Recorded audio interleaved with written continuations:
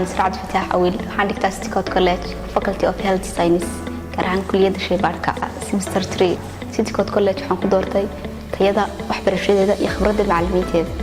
jaamacadeedu waxay noo diyaarisay practical lab aad u qalabaysan oo aan ku qaadano jaamacadda gudaheeda internal practical sidoo kale waxaan aadnaa practical dibadda ah oo aan ku qaadano goobaha caafimaadka external practical kulliyadda shaybaarka kulliyadda ay diyaarsay macallimiin khibrad u leh hagida ardayda iyo courseska ay bixinayaan sidoo kale kulliyaddu waxay bixisaa short courses iyo tababaro kor loogu qaaday aqoonta ardayda laguna guddoonsiinayo shahaadooyin haddaba waxaan ardayda ka baxday dugsiyada sare iyo kuwa hadda ka baxayba ku boorinaynaa inay nagula soo biiraan City Coast College si ay uga gaaraan hamigooda waxbarasho